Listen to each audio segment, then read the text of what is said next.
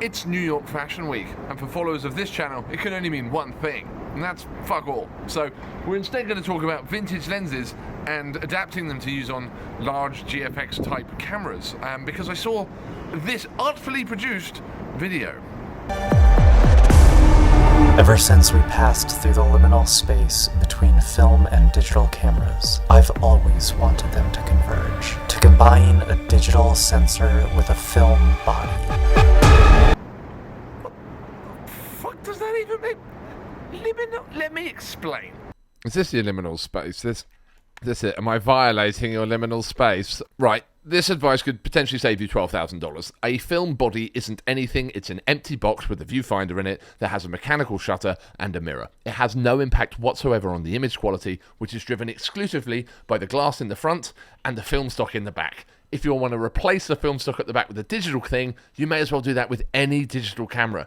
Appreciate this advice might be going down like a pork pie at a bar mitzvah, but you're not going to get a filmic look from a digital camera. Film is organic, it's chemical, it's fairly unique. You have to use a lot of post-processing. So anyone that thinks you're going to use a vintage lens to get a filmic look, you're kidding yourselves, as I will now prove to you using my liminal space adapter to shoot some landscape. Okay, so here's the Hasselblad set to f11.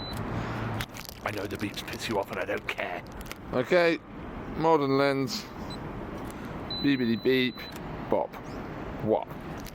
Okay, now I'm going to put them side by side and you can see which is actually better. There's nothing wrong with the Hasselblad lens. 40 years ago, that was the best lens on the planet. So much so, it took that moon photo that's incredibly famous. Nothing wrong with the glass. Still sharp, still accurate, still good. It's not as good as a GF glass, but it's marginal. For 40 years of improvement, it's not the night and day that you would kind of expect. Now, if you want to use a digital back on a Hasselblad body because you like the ground glass and you like to look down at that thing, that's fine. But I see so much content about, or how to use vintage lenses to make a filmic look. You can't get it. It doesn't work. If you want a filmic look, shoot film or get really good at post-processing. That's it. I don't know why we make these videos. I think everybody that watches this already knows that, but I had a couple minutes today, so here's a vid. It's been a while. I love you all. Goodbye.